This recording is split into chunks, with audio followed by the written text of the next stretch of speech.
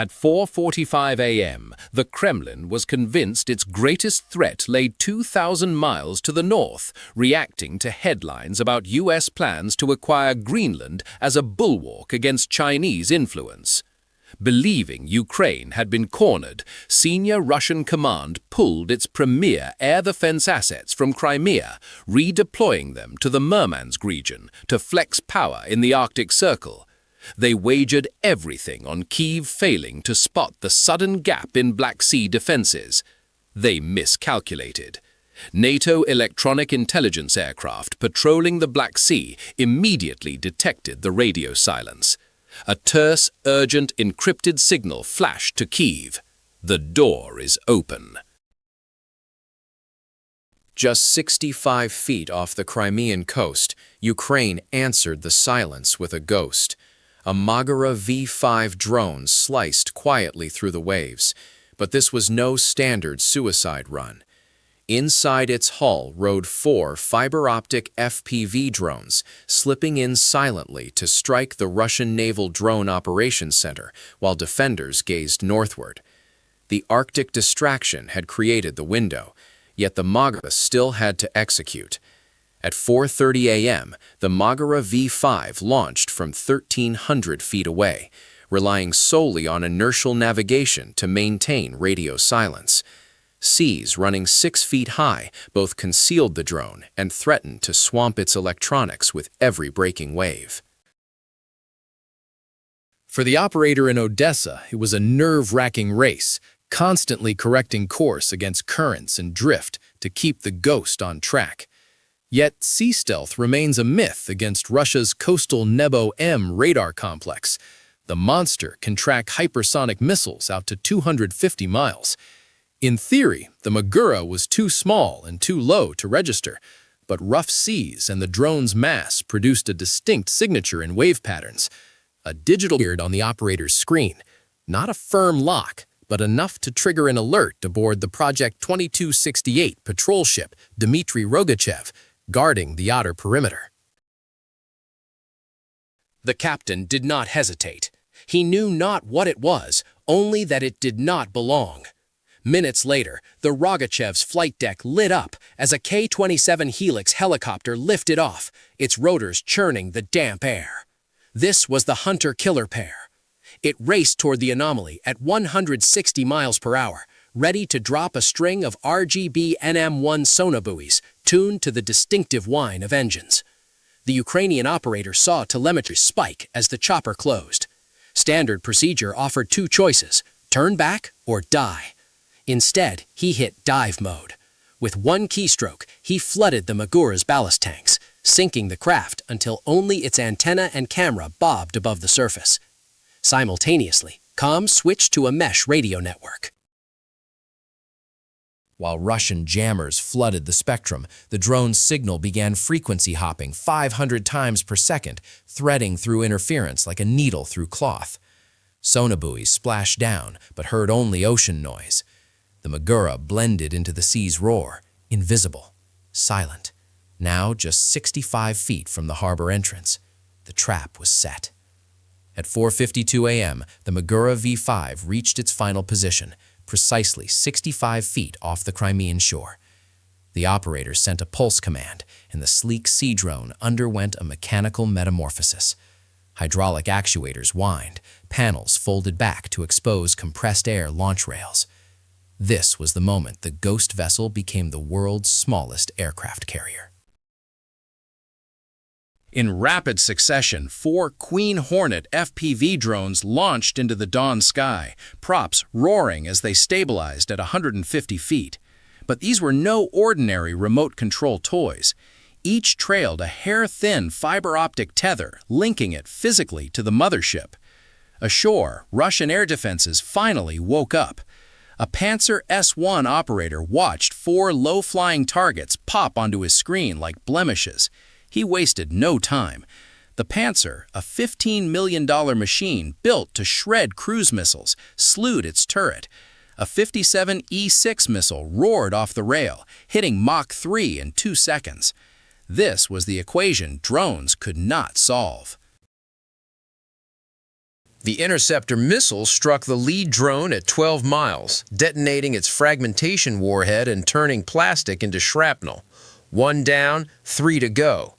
The Russian operator smirked and flipped on the Kashtan-4 electronic warfare suite, saturating the air with enough jamming to kill every Wi-Fi router from here to Turkey. He expected the remaining trio to drop like drunken birds. But they did not fall, because you cannot jam light. As Russian noise screamed into the void, Ukrainian pilots watched crisp 1080p video over unjammable fiber optics with zero latency. They saw the Pantsir battery exposed on the shoreline in plain view. The pilots executed an S-split maneuver. 2 drones veered hard left and right as decoys to overload the Pantsir's fire control radar, while the third, the Predator, dropped at treetop height. The Pantsir's 30mm autocannons hosed streams of fire at the bait, painting tracer arcs across the sky, but the system overloaded. The Predator closed, shrugging off the electronic storm, and slammed its 10-pound shaped charge warhead straight into the rotating radar dish. The blast did not destroy the vehicle outright, but shattered the antenna array, instantly blinding the giant. The $15 million system became an expensive truck with a broken radio, and the surviving drones breached the gate. At 4:56 a.m., the Russian base commander played his heavy card. Recognizing fiber-optic drones implied a nearby fixed launch platform, he dispatched a Project 21980 Grachanok-class patrol boat to hunt the mothership. The 140-ton vessel, purpose-built for anti-sabotage ops, surged from harbor at 34 miles per hour, bow slicing water like a sledgehammer seeking a nail. The Magura V5 now faced tactical encirclement. It could not maneuver to evade without snapping the fragile fiber tethers controlling its swarm. It sat like a sitting duck, bobbing helplessly on the swells as the patrol boat closed, its 14.5mm heavy machine guns turning the sea into a white wall of death. The Ukrainian operator faced a binary choice: abort to save the boat or sacrifice a pawn to shield the queen.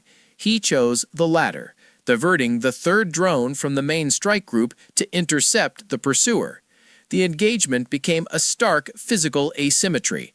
Russian gunners tried to hit a dinner plate-sized target darting at 90 miles per hour while rocking on rough seas, a task akin to swatting a fly with a sledgehammer.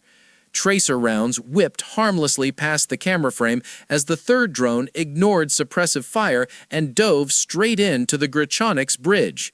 The strike was surgically precise. The shaped charge detonated against reinforced glass, failing to sink the boat but blasting overpressure through sealed compartments, wounding bridge crew and shattering navigation panels. The patrol boat veered sharply left, rudder jammed, crew combat ineffective. Heavy cavalry neutralized by a flying plastic toy, leaving the harbor mouth wide open for the final 2 drones. At 4:58 a.m., Russian command reached collapse point. With radar blinded and patrol boat crippled, panic approved the burn everything option. From Jankoy Airfield, 60 miles inland, an Iskander-M tactical ballistic missile roared into the stratosphere. This weapon, built to flatten city blocks, now hunted a single fiber-tethered boat. The $3 million missile plunged at Mach 6, slamming the last estimated coordinates of the Magura with kinetic energy to vaporize a destroyer. A 200-foot column of seawater erupted skyward, shaking the seabed. But the strike was a spectacular miss. The Magura V5 had completed its launch cycle and drifted away, silent and cold, miles from impact. It was no longer a vessel, just a floating cable reel, its unjammable fiber links intact. Inside the base, organized defense dissolved into utter chaos. Russian electronic warfare officers cranked Pole 21 and Krasuha jammers to full power, unleashing an electromagnetic storm hot enough to cook their own lunch. On any other day, this would drop every drone within 10 miles like poisoned birds. But today, physics wore Ukraine's colors. Fiber optics tunneled through the noise like a hard line, delivering pristine 1080p video with zero lag. The Odessa operator did not fight static. He watched high-definition live feed of Russian impotence. Through drone lenses, panic was plain. Russian Marines fired AK-12 tracers skyward in desperate barrages. But hitting a maneuvering FPV drone with rifle fire is like catching a fly with chopsticks in an earthquake. The remaining Panzer S-1 radar, confounded by ground clutter and plastic airframes, slewed its turret futilely, unable to lock. Drones threaded through bullet rain, banking past the burning patrol boat toward the main complex. The operator ignored scattering troops. He hunted bigger game. Cameras zoomed on the primary target, a reinforced concrete hangar at Pier's End. Blast doors left ajar in early morning chaos. Intel confirmed it housed maintenance and storage for Russia's Black Sea attack drone fleet. Inside lay treasure. Stacks of high-explosive warheads beside unprotected aviation fuel drums. The Russians had built their own powder magazine. The lead drone aligned vector, accelerating to 60 miles per hour. Russian defenses had failed. At 4:59 a.m., the lead drone's feed stabilized for its final run, broadcasting the last 10 seconds of its existence in sharp, high resolution. The hangar loomed huge, a concrete and steel maw holding the heart of Russia's Black Sea drone force. Through the lens, ground chaos slowed to surreal slow motion. Russian sentries, realizing rifles useless, scrambled over fuel lines and drums in frantic escape. One officer froze, staring straight into the camera, his face a portrait of realization that his career, and perhaps life, ended in a pixel blur. The Odessa operator locked on one point, pale gray warhead crates stacked against the rear wall. Intel pegged them as 400-pound high-explosive rounds for Russian Lancet drones, dangerously close to an unshielded aviation fuel pallet. This was a detonation waiting for a spark. A direct hit would be catastrophic. The drone surged through the hangar threshold, dropping to 5 feet above concrete. Crosswinds from the burning patrol boat outside shook the frame, but fiber held firm. Countdowns raced, 600 feet, 300 feet. Target details became hyper-real. No electronic countermeasures, no jamming. Now the $250,000 Magura and its fiber-optic swarm had breached billion-dollar defenses. The screen filled with steel gray warhead crates. Video cut, but everything had just begun. The drone's 22-pound shaped charge struck the magazine at 90 miles per hour, jetting molten copper into the Russian Ordnance Corps at Mach 25. The initial blast was modest, cracking concrete, but it triggered the real event. In milliseconds, stored Russian warheads, meant to terrorize Ukrainian cities, detonated in chain reaction.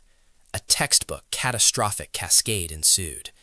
The blast instantly vaporized nearby aviation fuel, generating a thermobaric pressure wave that treated reinforced steel walls like cardboard. The hangar's multi-ton roof lifted 300 feet on a pillar of flame visible from Sevastopol. Shockwaves radiated outward, flattening perimeter fences and hurling the burning patrol boat ashore like discarded toy. In 30 seconds, a naval facility worth over $100 million became a smoking crater of twisted metal and regret. Yet material damage paled beside the psychological wound. For Russia's Black Sea Fleet, this hammered the final nail in their confidence coffin. First, they lost flagship Moskva to Neptune missiles. Then, Ivanovets and Cesar Kunikov to sea drones. Now they lost the very base built to shield against those drones. It bred paralyzing siege mentality in Russian command. They now fought a ghost they could not see, jam, or stop. Kiev's message rang chillingly clear. No safe harbor, not on water, not ashore, not behind billion-dollar Russian electronic walls. Geopolitically, this spelled disaster for the Kremlin. Recall the Greenland gamble at the start? Putin bared his southern flank to strut in the Arctic, seeking global power display. Instead, he proved Russia suffers acute imperial overstretch. They tried checkmating NATO in the north, but got checkmated by homemade naval militia in the south. Economically, the math terrifies Moscow. Ukraine expended 1 Magura mothership and 4 modified hobby drones, total cost around $250,000. In return, they erased a $100 million logistics hub, crippled a patrol boat, and humiliated multi-layered defenses. That's a return on investment to make Wall Street blush. Russia bleeds cash and hardware, fighting an enemy spending pennies to burn them. Today's lesson is stark. In modern war, innovation trumps hardware. You can field the biggest missiles and strongest radars, but if you cannot stop a plastic drone trailing fiber optics, you lose. Russia built a fortress against an army, but forgot to lock the window against bees. So the question for you, with unjammable fiber-optic drones now in play, does the Black Sea Fleet have a future, or is it just floating targets awaiting their turn? Share your prediction. Comment number 2 if you support Ukraine, number 3 if you support Russia, and number 4 if you love peace.